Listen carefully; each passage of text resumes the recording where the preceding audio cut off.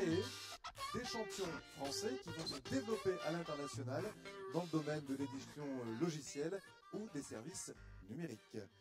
Je vous invite à me rejoindre, Gilles. Donc Gilles Babinet, je rappelle que vous avez présidé le Conseil national du numérique, que vous êtes le champion digital pour la France auprès de l'Union européenne.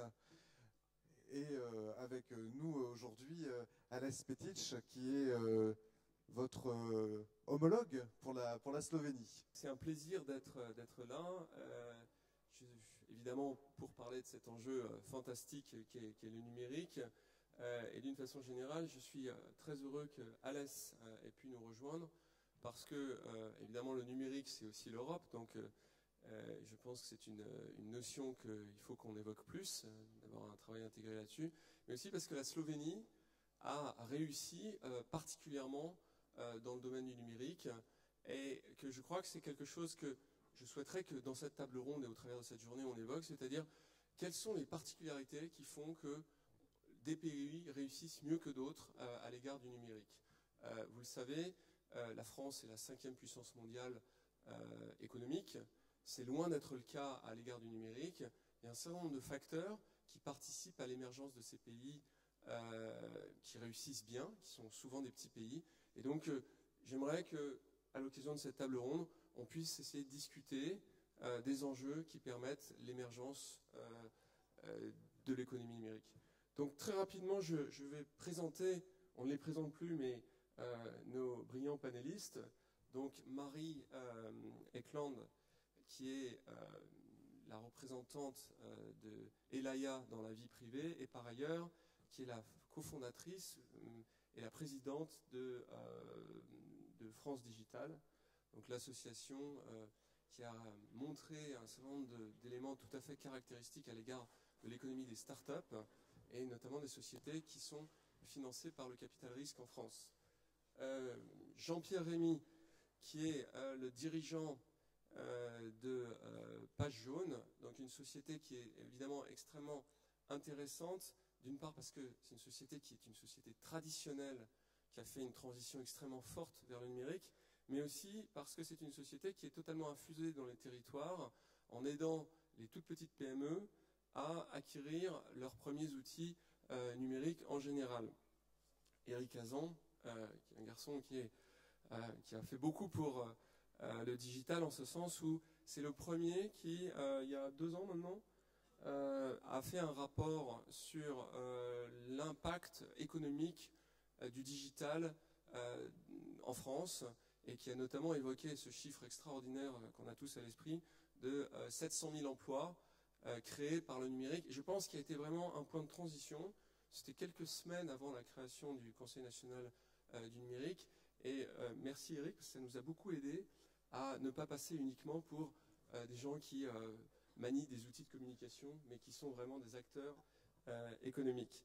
Alors, Frédéric Réplay est au sein de l'Institut Montaigne le rapporteur sur les sujets numériques.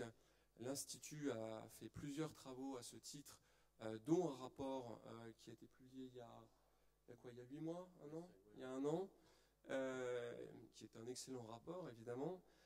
Et l'Institut travaille actuellement sur une V2, on peut dire, de ce rapport, qui sera sans doute titré « Réformé par le numérique ». Philippe Forestier est ici à 2 titres. C'est évidemment l'un des directeurs généraux d'Assosystèmes, une société extraordinaire puisque c'est un leader mondial en France dans le domaine du numérique, et de loin d'ailleurs. Et il est aussi vice-président de l'AFDEL, donc une association très très emblématique dans le domaine du numérique. Et Aleš Petic, so you are a great entrepreneur and as well as the digital champion for Slovenia. We had good fun together in the different meetings we had at the EU, and I believe you have a very interesting view in what drives the economy overall and in your country particularly, and what would be necessary to do to try to overcome the digital shift and make sure that your country goes ahead in its digital development. Donc je vous propose qu'on commence tout de suite. Je voudrais on pourrait passer, objectivement, on pourrait passer la matinée à parler de tous ces enjeux. Mais je voudrais d'abord passer la parole à Eric et qui nous dise un petit peu, finalement, qu'est-ce qui lui est apparu comme un peu instrumental au regard des autres pays dans le monde pour essayer de déclencher l'émergence d'une économie numérique, et qu'est-ce que, à son avis, on devrait faire en France? D'accord. Finalement, dans toutes les analyses qu'on a faites dans les 2 dernières années, on s'est beaucoup concentré pour essayer je pense, changer un petit peu l'angle de vue sur le numérique, sur l'usage et sur le développement par l'usage. Et donc je pense que c'était juste. C'est-à-dire que l'idée, c'était que pour augmenter l'impact du numérique sur les économies développées, il fallait absolument développer l'usage au sein de ces économies développées, un petit peu comme l'électricité a joué ce rôle dans les précédentes révolutions industrielles. Aujourd'hui, l'idée, c'est de regarder un petit peu plus l'offre, de se dire finalement comment on fait naître un écosystème d'entreprises dans le numérique et dans les technologies de l'information et la communication au sens large du terme, et puis finalement qui domine aujourd'hui et qui peut dominer demain cet écosystème au niveau mondial. Donc, quand on avait regardé une douzaine, en fait une quinzaine de pays développés et en émergence rapide dans les 2-3 dernières années, on s'est aperçu évidemment que l'écosystème de l'offre de numérique et de technologie de l'information et de la communication est largement dominé par les États-Unis. C'est à peu près 30% des revenus des 250 boîtes, des 50 sociétés d'ICT ou de TIC dans le monde. Néanmoins, juste derrière, il y a par exemple des pays un petit peu plus contre-intuitifs comme la Suède et le Royaume-Uni. Donc ce sont des pays qui, par leur écosystème d'entreprise au sein du hardware, du software, du numérique, des télécoms, etc., ont su développer des champions nationaux et internationaux. Derrière, rapidement, on va retrouver dans la croissance de cet écosystème, donc pas encore en poids dans l'écosystème du numérique mondial, mais dans la croissance de cet écosystème, évidemment, l'Inde et la Chine, par exemple, avec un angle très fort sur le hardware, beaucoup plus fort que sur les autres technologies de l'information et de la communication. Ça, c'est le constat. Ensuite, dans les facteurs de développement, on va retrouver des choses, finalement, qu'on sent tous intuitivement, mais que, je pense, il faut faire avec une forme de sérieux et de systématisme. Le premier élément, c'est le capital humain. Je pense qu'on reviendra sur l'éducation et la façon de former, d'attirer, de retenir les talents.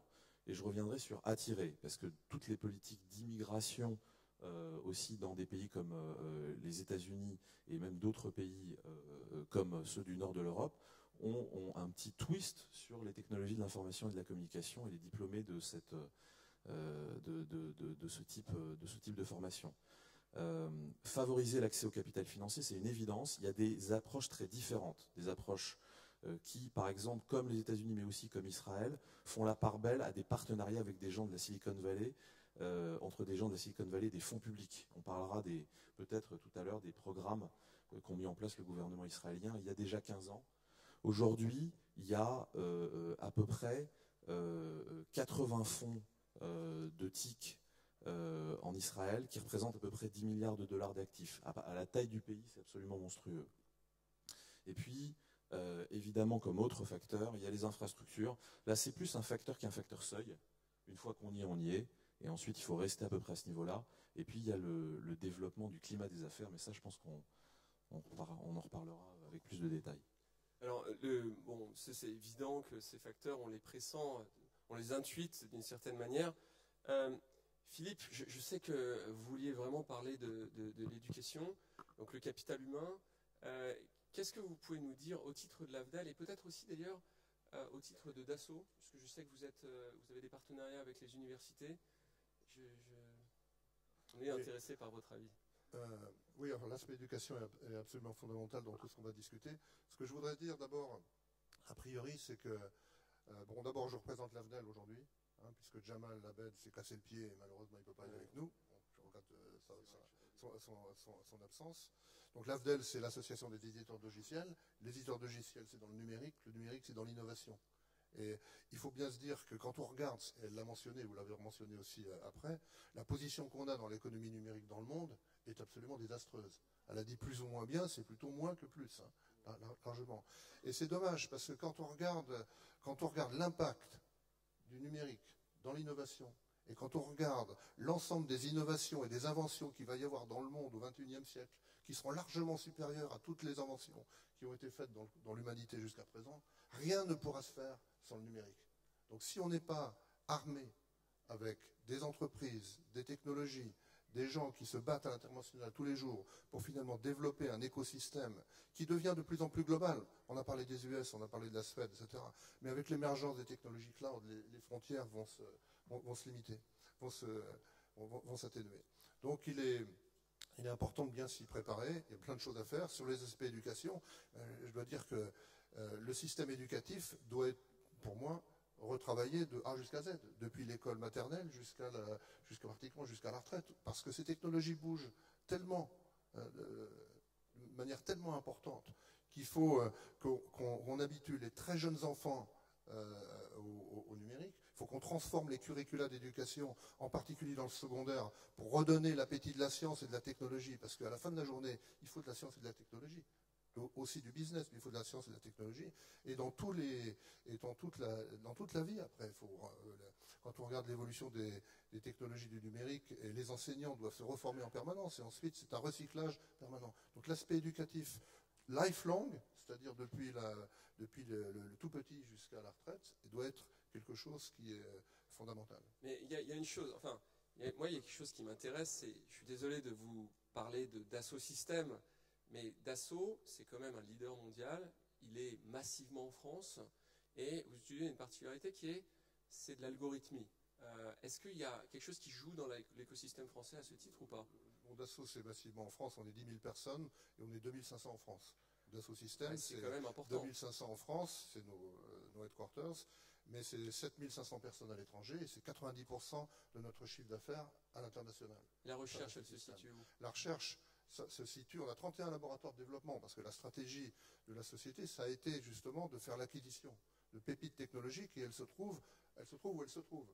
Et donc pas forcément en France. Heureusement, on a fait l'acquisition d'un certain nombre de pépites françaises, mais elles se trouvent partout dans le monde. On a 31 laboratoires de développement qui sont dans le monde, et ce sont ces laboratoires de recherche qui développent tous les jours cette nouvelle technologie. Donc vous ne voyez pas de prisme particulier dans l'éducation en France qui vous a aidé à exister? Si, alors quand on regarde... Bon, on regarde le système éducatif sur les aspects mondiaux. Je pense qu'il faut qu'on le travaille de manière globale. Il ne faut pas qu'on le travaille uniquement sur les aspects purement franco-français, il faut qu'on le travaille de manière globale. Il y a des pays, dans le domaine de l'éducation, qui ont délibérément décidé de transformer leur système éducatif, plus qu'en France. Donc il faut le montrer en France. Il faut bien sûr faire la même chose, mais aussi il faut montrer qu'il y a un certain nombre de pays qui ont délibérément décidé de transformer le système éducatif, en particulier dans les petites classes, pour qu'on puisse avoir de plus en plus d'ingénieurs formés. Le nombre d'ingénieurs formés en France est acceptable, mais le nombre d'ingénieurs formés dans le monde n'est pas suffisant. Le monde fournit 2 millions d'ingénieurs par an, il en faudrait 3. Donc un des gros problèmes que va avoir l'industrie, et l'industrie utilise des ingénieurs qui vont travailler sur le numérique. Parce que le numérique, c'est bien de le voir comme une entité spécifique, mais c'est pervasif dans toutes les industries, puisque rien ne peut se faire sans le numérique. Donc on aura besoin de nourrir toutes les entreprises dans le monde avec des gens qui ont quand même des capacités à utiliser ce numérique. Donc des gens qui ont une formation un peu plus scientifique. C'est pour ça qu'il faut travailler très tôt pour pouvoir un peu donner le goût de la science et donner le goût de la technologie qui disparaît un petit peu dans tous les pays du monde, pas uniquement en France. Ok. Frédéric, est-ce que vous pouvez nous parler en quelques mots aussi de l'international et de la place finalement des cursus éducatifs à l'égard en France par rapport aux autres pays internationaux? Alors, pour rebondir sur les propos de mon voisin, il est clair qu'il y a une vraie question sur l'éducation dès le plus jeune âge. D'ailleurs, l'Institut Montaigne a produit un joli rapport sur ces questions et la place de l'école primaire. Si on revient réellement à ta question, aujourd'hui, ce que l'on voit, premier élément, c'est que tout ce qui touche au digital est aujourd'hui bien souvent mal considéré par les très bons étudiants. Et on le voit dans les business schools, on le voit dans d'autres domaines. Donc ça veut dire qu'il y a un réel besoin de valorisation, ce qu'on ne retrouve pas par exemple en Amérique du Nord ou dans des pays asiatiques. Ça, c'est le premier point. Et le deuxième point, c'est qu'à la fois on a besoin d'ingénieurs, mais on a aussi besoin d'ingénieurs de nouvelle génération qui sont davantage dans le transdisciplinaire. Et donc c'est ce qu'on a cherché à montrer dans un certain nombre de nos papiers, ou billets de blog, ou tribunes à l'Institut, c'est qu'on a cette véritable question du transdisciplinaire. Et donc demain, on doit imaginer d'autres formes de formation, à la fois initiale et continue, parce que les entreprises, voire les startups qui montent en puissance sur des projets digitaux, du logiciel, que sais-je encore, de l'Internet de l'objet, vont avoir besoin de ce type de profil, qui ne sont pas uniquement ingénieurs et qui ne sont pas uniquement avec des bagages à l'international. Marie, c'est le premier problème dans le développement des startups, le recrutement de profils de qualité? Oui, clairement. Nous, nos startups ont vraiment du mal à recruter et pourtant, on a fait une des premières choses qu'on a faites au sein de France Digital, donc une association mixte d'entrepreneurs investisseurs, c'était de faire un baromètre sur 108 startups du numérique. Et la croissance des effectifs est de 24% en annuel. Donc ce sont des startups qui recrutent déjà beaucoup. Et l'âge moyen est de 32 ans, donc qui recrutent des jeunes en CDI. Mais toutes nos startups, le retour, c'est on n'arrive pas à recruter, et on n'arrive pas à recruter des profils qui correspondent aux compétences qu'on recherche. C'est-à-dire que vous avez parlé des ingénieurs, mais il y a beaucoup de nouveaux métiers dans le numérique, qui sont le marketing en ligne, qui sont le community management, ou des choses qui sont même aussi des métiers qui requièrent moins de qualifications, mais qui ne sont pas enseignés ni dans les formations supérieures, ni effectivement plutôt dans la vie des étudiants. Donc c'est pas uniquement sur les ingénieurs qu'on a ce manque, mais c'est aussi sur toute la chaîne des compétences numériques. Et il est important, et c'est l'Université Paris-Dauphine a pris le pas du numérique, a fait assez vite ce constat-là qu'il fallait enseigner ces compétences à ses étudiants, mais il est important que ça soit beaucoup plus largement répandu dans l'ensemble du système éducatif français. Jean-Pierre, vous êtes intégré dans l'économie française, vous êtes vraiment au cœur de l'économie, vous avez des centaines de milliers de clients. Est-ce que vous avez l'impression qu'ils ont du mal à adopter le numérique? Est-ce que vous pensez que ce sont les facteurs éducatifs qui prévalent? Alors, je vais parler avec effectivement une expérience d'entrepreneur.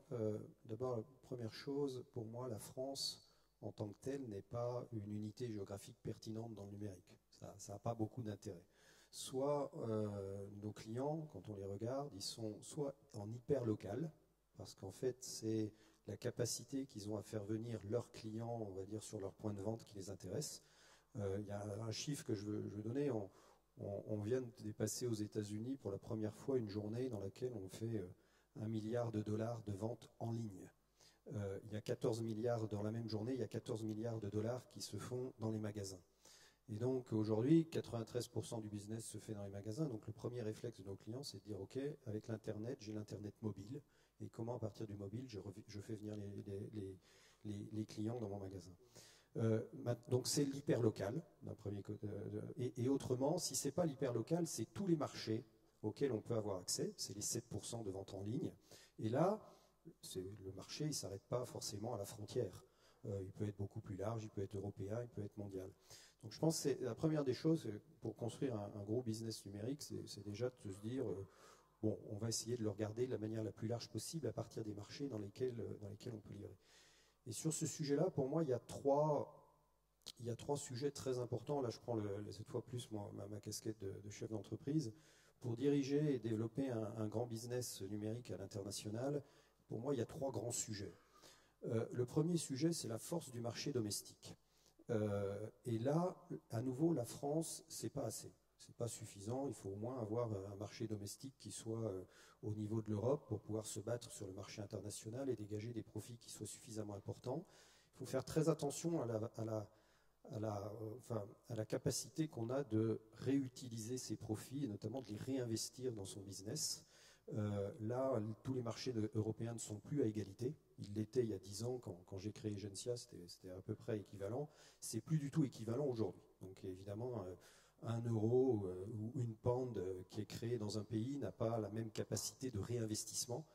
Et je parle bien de réinvestissement parce que dans le numérique, en général, on ne paye pas de dividendes. Donc ça, le premier sujet, c'est la force du marché domestique et ce qu'on peut générer comme profit.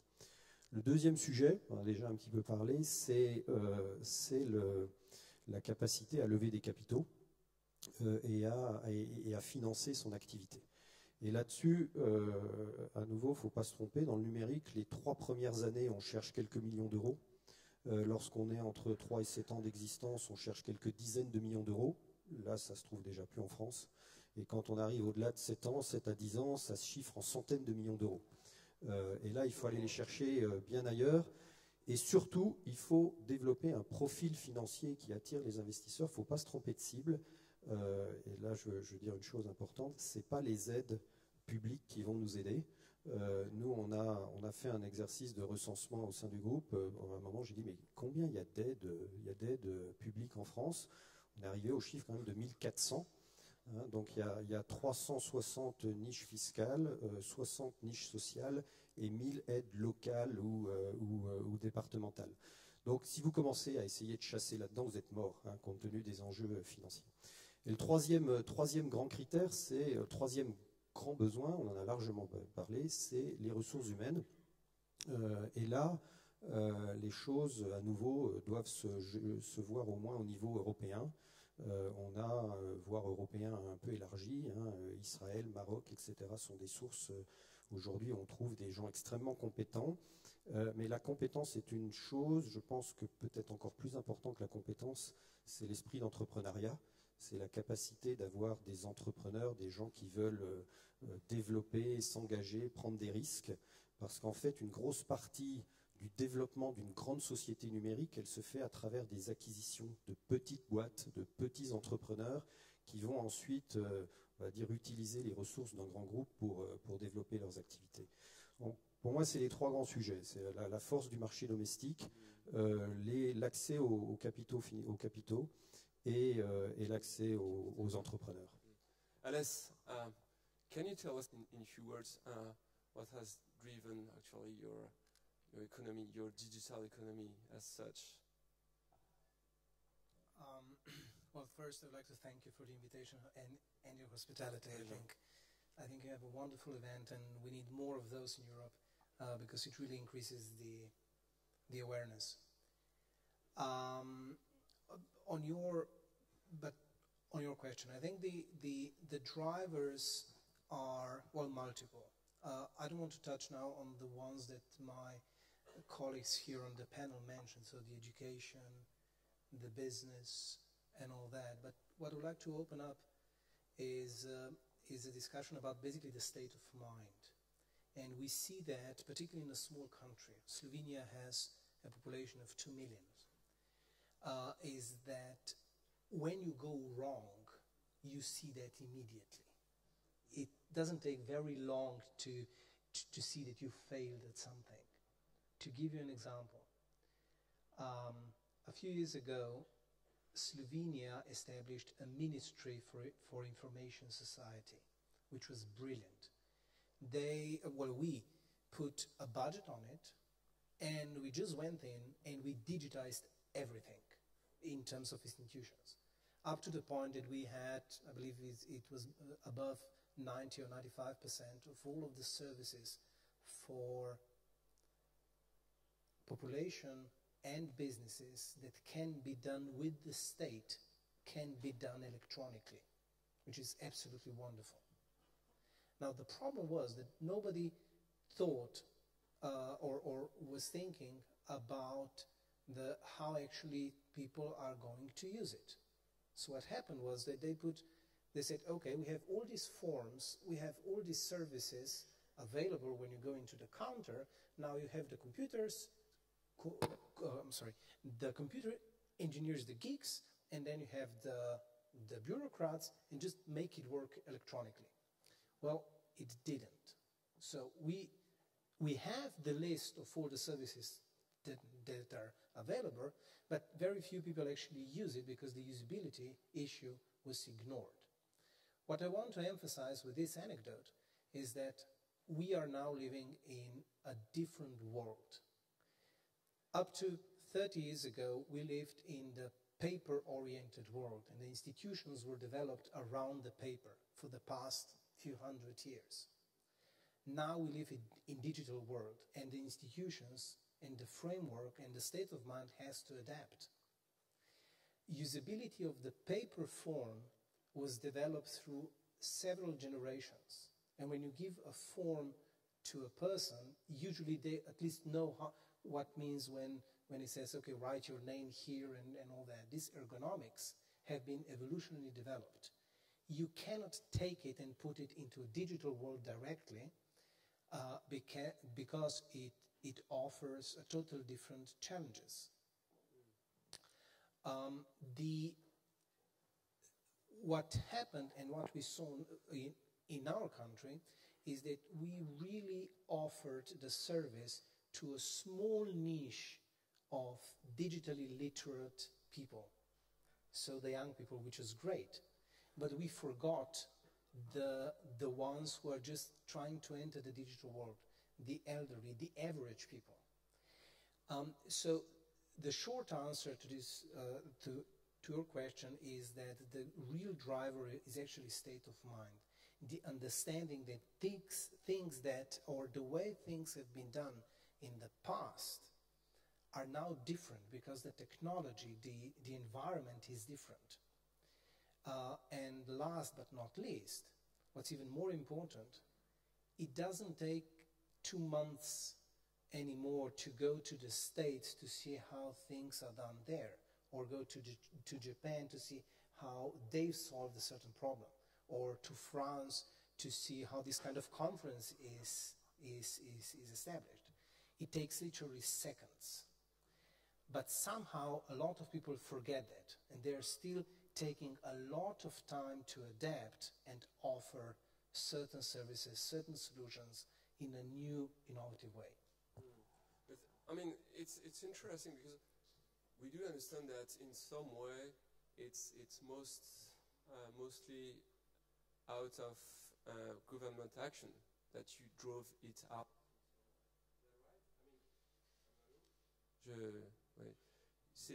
I mean, do we need more state in this or less state? I mean, in some way. Because you said the state was important in the sense that they created all the digital services, but they made it wrong. You know, so how would you qualify that? Okay, so let me be clear on that one. The fact that we have them and that they were created even 5-6 years ago, it's brilliant from the PR perspective, from the awareness perspective. But as a startup guy, as a computer engineer, if you want, I'm always looking for the usability so that the technology is used more.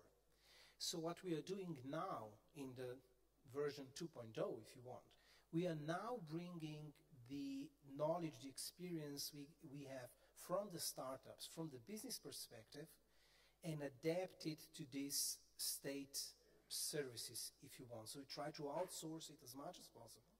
We try to bring in the young people who understand the usability, who understand the new way of looking at it, and try to very softly talk to the experienced guys in the public offices who know why certain long procedures is in place, and try to show them that there may be an easier way to achieve certain goals. So without that intervention of the state, it was now 6 or 7 years ago, we wouldn't be here where we are right now. And we are in the point where we can actually improve something we have.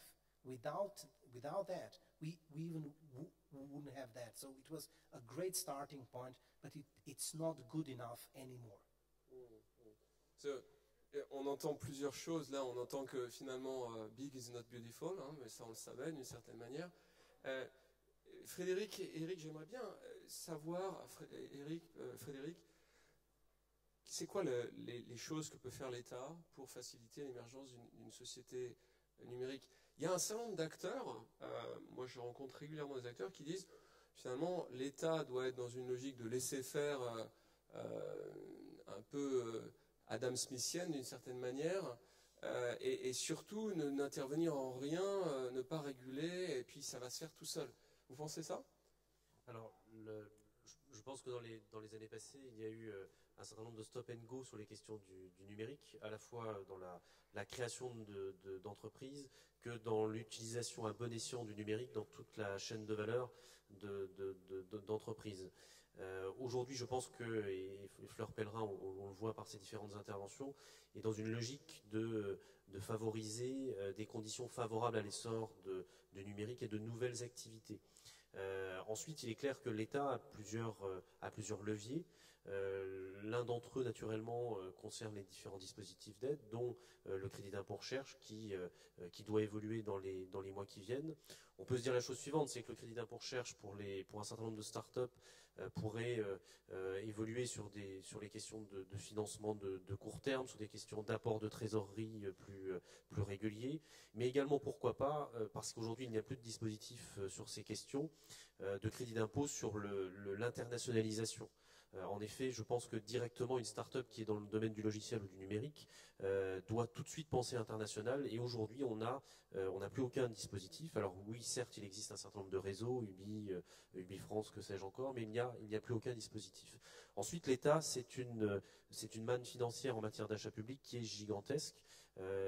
Et aujourd'hui, trop souvent, on pense très grosses solutions logicielles, on pense société de services nord-américaines, que sais-je encore. Et donc l'État pourrait, en partie, même si les contraintes de marché public sont loin d'être évidentes, pourrait également orienter une part de sa manne publique en matière d'achat sur des projets innovants, sur un certain nombre de dispositifs. Il faut savoir qu'un certain nombre d'entreprises du CAC 40, de leur côté, ont engagé une charte sur ces questions, de privilégier de jeunes entreprises innovantes dans le domaine du numérique. L'État pourrait faire de même. C'est ce qu'on préconisait déjà dans les écrits Montaigne, avec une forme de Small Business Act orienté jeunes push, jeunes start-up sur ces questions. D'accord, donc là on a un début de controverse, j'aime bien ça, entre Jean-Pierre et qui veut la parole d'ailleurs. Juste, vas-y, je t'en prie. Non, je voulais rebondir sur ce qu'il vient d'être dit. Alors, complètement d'accord sur le fait que la dépense publique est un moyen d'influencer l'écosystème. Je pense par ailleurs que la première des priorités de l'État, c'est déjà de se numériser soi-même. Donc là, il y a beaucoup de boulot. Mais c'est un grand travail. Là, la chose sur laquelle je voulais rebondir, c'est on a évoqué le crédit impôt recherche. On est bien aux assises du numérique, là. Hein. On n'est pas aux assises de l'industrie. Alors, il ne faut pas se mentir, le crédit impôt recherche, il n'est pas fait pour le numérique. Il ne fonctionne pas particulièrement bien pour le numérique. Il est globalement, principalement fait pour l'industrie et pour la banque. Et globalement, je vais vous donner quelques chiffres qui concernent mon groupe. Aujourd'hui, le crédit impôt recherche en France, c'est à peu près 10% de l'impôt sur les sociétés en moyenne. Chez moi, c'est 2% à peu près de l'impôt sur les sociétés. Et puis, en moyenne, il peut, dans l'industrie, arriver à couvrir 30% des investissements en technologie. Et chez moi, c'est à peu près 5% des investissements en technologie. Donc, là, il y a du travail. C'est-à-dire que si on veut que le crédit impôt recherche soit quelque chose qui favorise l'industrie du numérique, il faut sérieusement se pencher sur la définition de l'assiette et du mode de fonctionnement. Eric. Oui, non, moi je pense que l'État a un rôle majeur à jouer. Et l'État a un rôle majeur, mais en collaboration avec le secteur privé. Et, si on m'entend, ouais. Donc le point, évidemment, on a parlé du signal que peut donner l'État. Donc l'État, il peut donner deux types de signaux. Un premier signal, c'est ce que disait Jean-Pierre, et d'ailleurs Frédéric, c'est je dépense. Donc je dépense à bon escient pour me numériser, et je dépense pour augmenter l'usage au sein des administrations, etc., des entreprises publiques. Il peut donner un autre type de signal, il peut préparer l'avenir. On a parlé d'éducation tout à l'heure. S'il n'y a pas de décision publique sur finalement la formation de gens dans le secteur des sciences, des maths, etc., et l'augmentation de ce type de formation, Aujourd'hui, si on parle de big data, par exemple, qui est un buzzword qui a pas mal circulé, qui continue, qui va être, voilà, et qui va être, je pense, le développement de l'Internet dans les prochaines années. Si on parle de big data, il va manquer 200 000 data scientists aux États-Unis en 2018. Voilà. Bon, ça, c'est simplement juste ça. Le système éducatif ne produit pas assez de ces gens-là. Donc, si l'État ne décide pas de mettre le bon niveau d'investissement, aussi en important les talents, comme le font encore une fois les États-Unis, hein, sur les PhD de systèmes d'information aux États-Unis, il y en a 40% qui viennent de l'étranger. Donc, on est sur ça. Donc, il y a une vision top-down de ce que peut faire l'État. Il y a une vision aussi bottom-up. On en parlait tout à l'heure du point de vue du financement et du venture.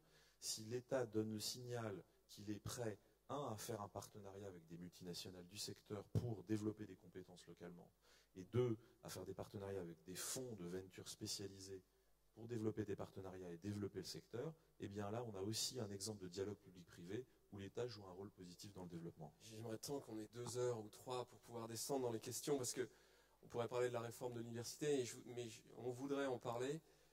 Marie, on en est où en matière de financement? Le venture, c'est en quel état là en ce moment? Alors le venture français aujourd'hui est l'une des grandes industries du capital risque européenne. Donc aujourd'hui, c'est un secteur qui dans son ensemble souffre beaucoup. On a beaucoup de mal à attirer des nouveaux investisseurs. Il y a 2 raisons principales à ça. La première, c'est que les performances du secteur dans son ensemble ne sont pas, en termes de performance financière pure, ne sont pas aussi attractives que celles du LBO par exemple. Et la deuxième chose, c'est que on est dans des nouvelles réglementations type BAL 3, Solvency 2 qui empêchent un certain nombre d'acteurs d'engager sur fonds propres dans des secteurs qui, comme nous, sont des investissements très long terme et illiquides. C'est-à-dire que quand on investit dans une start-up, on ne compte pas revoir son argent et la plus-value qui va avec, on l'espère, avant 6-7 ans. Donc, et on est donc sur des fonds qui, en moyenne, comme on investit dans une vingtaine de sociétés, vont durer 12 ans. Donc cette longévité, ce long terme-là est très, quelque part mal vu et très peu engagé par un certain nombre d'institutions financières. Donc aujourd'hui, le problème du financement du capital risque, ce n'est pas la qualité des équipes. On a créé en France des équipes qui sont d'extrêmement bonne qualité et qui ont ce qu'il faut pour être efficaces, c'est de l'expérience commune d'équipe et une expérience qui est sectorisée, c'est-à-dire qu'une chose que le secteur public ne pourra jamais faire, c'est se spécialiser sur un secteur, sur des petites équipes dédiées et pour apporter réellement cette expertise-là. Il y a une étude très intéressante qui a été faite par des chercheurs à l'EVCA sur 8000 sociétés européennes qui ont été financées sur les 10 dernières années. Les meilleures performances, alors la performance dans le capital risque, il faut comprendre une chose, c'est que ce n'est pas on a bien acheté, on a bien vendu. La performance, c'est qu'on a réussi à créer des champions. La valeur de nos actions n'augmente qu'à partir du moment où les sociétés ont cru et où elles se sont réellement développées et où elles sont devenues des champions. Donc, pour nous, une performance est associée à la création économique qu'a engendrée cette société-là.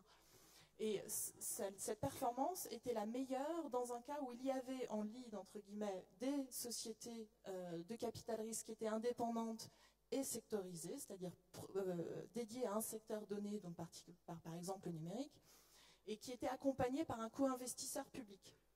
Donc la performance était vraiment meilleure dans ce cas-là, et on voit bien que du coup, pour apporter un élément de réponse à cette idée de que peut apporter l'État, c'est un excellent co-investisseur, et notamment parce que si l'industrie du capital risque en France, aujourd'hui, elle arrive malgré tout à résister, le problème, c'est l'aval du capital risque. C'est que nous, on reste au capital des sociétés 6-7 ans, mais ce n'est pas suffisant pour arriver à créer, ou alors sauf exception comme des sociétés comme Criteo, mais pour arriver à créer des ETI et à pouvoir continuer ensuite pour évidemment essayer de renouveler le paysage économique français et créer des nouveaux grands comptes qui seraient issus de l'innovation numérique. Et le problème, c'est qui prend le relais du capital risque. Aujourd'hui, il n'y a personne en France qui est capable de financer après des fonds comme nous qui, à un moment donné, doivent rendre l'argent à leurs clients. Donc, les différentes options qu'on devrait avoir et qui existent aux États-Unis, par exemple, sont en numéro 1 d'autres fonds qui sont des fonds de croissance et qui sont capables de racheter des investisseurs extérieurs et de repartir dans un horizon de temps de l'ordre de 5, 6, 7, 8 ans aussi, vers plus de croissance, vers plus de création de valeur. Ça rejoint exactement le propos de Jean-Pierre, je crois, sur la problématique de fond de Late Stage. Exactement. Vous avez sur le site de France Digital des recommandations sur les réformes qu'il faudra entreprendre pour, entre guillemets, sauver, parce qu'il faut quand même le dire, votre industrie ne va pas bien en ce moment. Ah non, elle ne va pas bien, c'est très clair. Aujourd'hui, c'est une industrie qui est sous perfusion des pouvoirs publics. Hein. C'est-à-dire que depuis 2002 et 2012, il y avait 35% des fonds qui provenaient de l'argent qui était mis dans les fonds de capital risque qui provenait d'institutions publiques.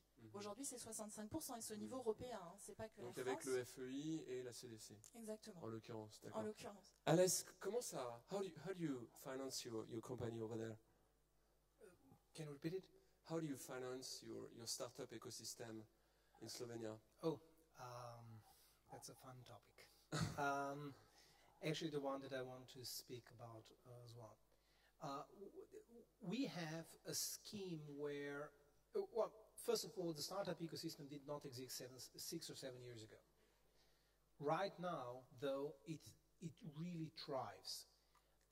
It thrives in the sense that there are a lot of small startups, many of them unfunded, trying to do something and looking around how to find the financing, do the projects, do whatever.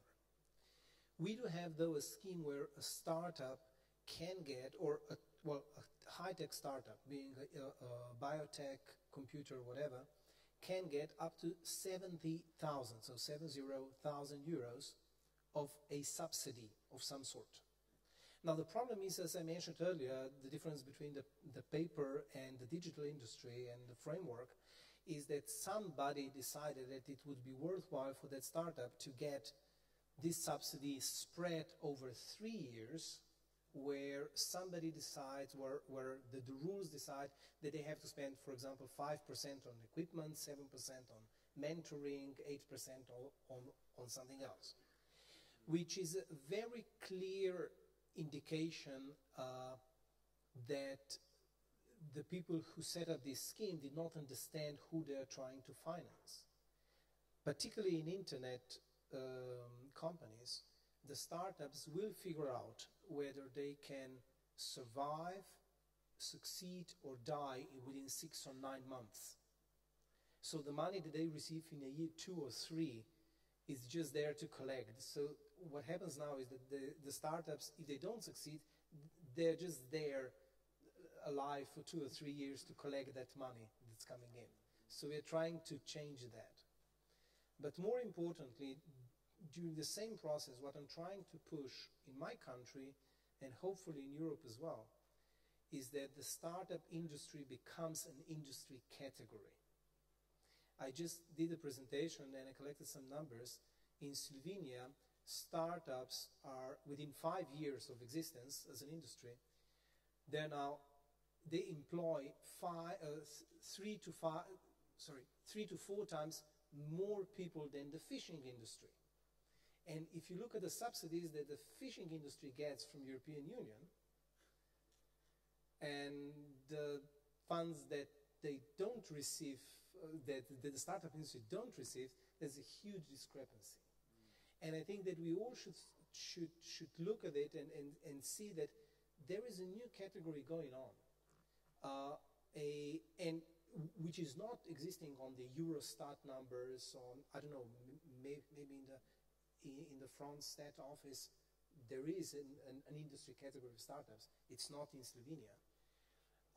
But more importantly, this is a category when you have companies where the founders are usually below 30, they're all highly educated, they are all usually not reliant on the state jobs, the big company jobs, and anything like that. It's entrepreneurially driven, and there's just new industry coming up. And if we are going to ignore it for another year or two, what's going to happen is that there is just, the startup industry in America will simply start growing faster because all of these guys are going to move because they have to. So that's one of the key points, that the startups are becoming an industry. an industry category, and we should look at it in that way. Philippe, est-ce que vous essayez de faire émerger un écosystème autour de Dassault Systèmes? Oui, effectivement, quand on regarde l'écosystème de Dassault Systèmes en particulier, on a à peu près entre 3000 et 3500 partenaires qui sont donc la puissance de feu que l'on peut dégager. C'est pas uniquement ces 10 000 personnes, c'est finalement 20-30 000 personnes, puisqu'il y a un certain nombre de sociétés qui à la fois complètent nos offres, hein, et qu'on emmène et qu'on embarque aussi à l'international dans un certain nombre de pays comme nous. Donc oui, c'est extrêmement important, cet écosystème. Ce que je voulais dire, si je permettais de revenir sur ce qui a été dit tout à l'heure, c'est qu'il est important que le dialogue avec l'État s'établisse. Parce qu'il faut un peu de pédagogie quand même à tous les niveaux. Quand on regarde, par exemple, pour rebondir sur ce que disait Marie sur les aspects liés aux business angels et au fonds d'amorçage, il est évident qu'on ne peut pas taxer ces gens-là qui contribuent à identifier des pépites, à les conseiller, à les manager, à les éclairer sur le futur. On ne peut pas les taxer comme des gens qui font des allers-retours d'achat d'actions et de spéculateurs. Donc là, il faut qu'on continue le dialogue, et c'est délibérément l'action qu'on a entrepris avec l'AFDEL. Il faut aussi faire en sorte que les aides publiques soient un peu plus sélectives. Pour l'instant, elles ne sont pas vraiment, c'est un peu du saupoudrage. Donc il y a plein de choses à faire, et il faut qu'on maintienne ce dialogue, parce que finalement, il y a des professionnels qui connaissent le métier, qui connaissent les différentes problématiques, et donc naturellement, il faut qu'on arrive à imposer tout ça. Maintenant, sur le développement international, il est clair qu'il y a aussi un certain nombre de choses à faire, puisque finalement, quand on regarde les PME françaises et ce qu'elles font à l'international, c'est ridicule. De moyenne, je crois que c'est 17% de business qu'ils font à l'international, c'est largement insuffisant. Donc, effectivement, on peut regarder le business qu'on peut faire en France, mais ça ne soutiendra pas du tout l'émergence de sociétés qui doivent ensuite devenir des pépites nationales et internationales. À l'AFDEL, on a délibérément... Bon, il y a plein de choses qui se passent. Il y a le Crédit Info Recherche, c'est très bien, même si ça ne touche pas assez le numérique. On n'a pas le Small Business Act, donc ça, c'est quelque chose qu'il faut améliorer. À l'AFDEL, on a mis en place 2 structures aux États-Unis, une à Boston ou une à Los Angeles, pour justement aider les structures qui arrivent sur le territoire américain à se développer, et en particulier à définir leur circuit de distribution. Moi, je suis un des gars qui était au départ de Dassault Systèmes. Qu'est-ce qui a fait le succès?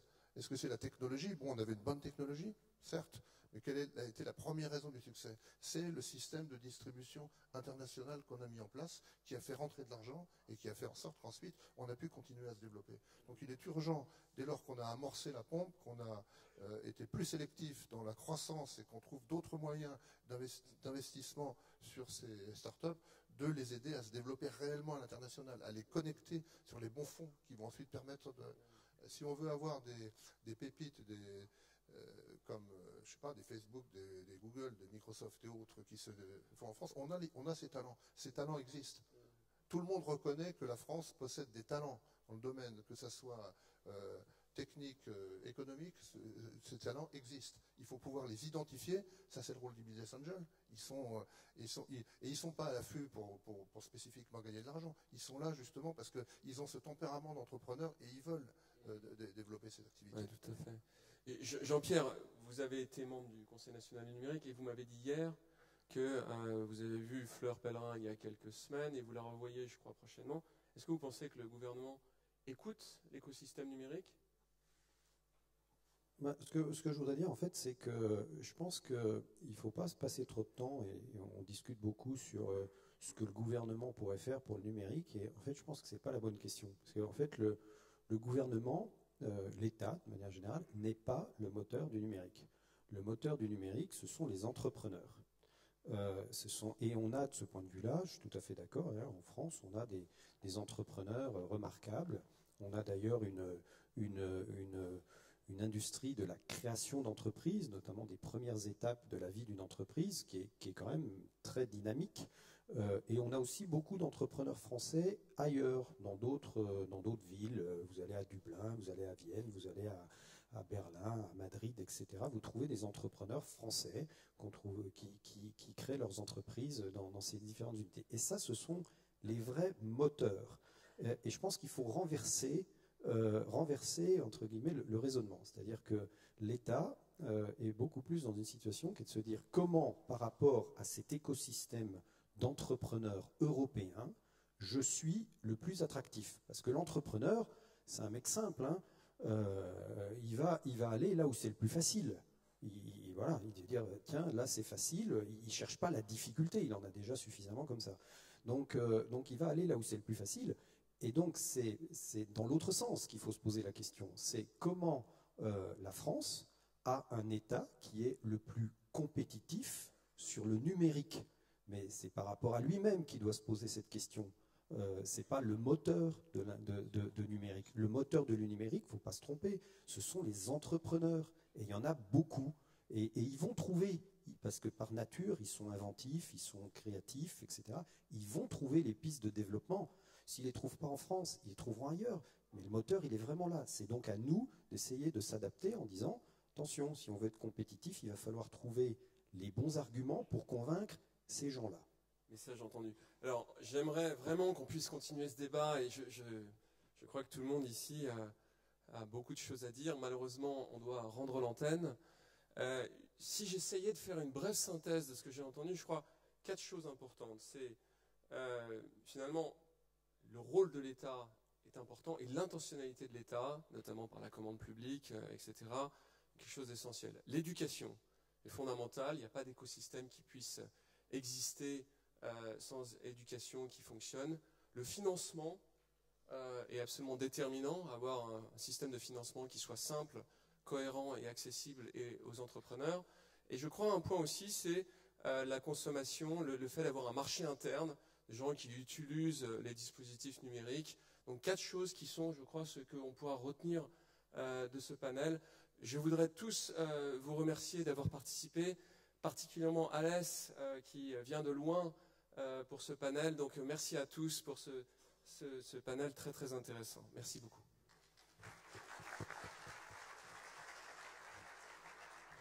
Merci encore à tous les panélistes et merci à Gilles Babinet qui va venir partager avec vous un certain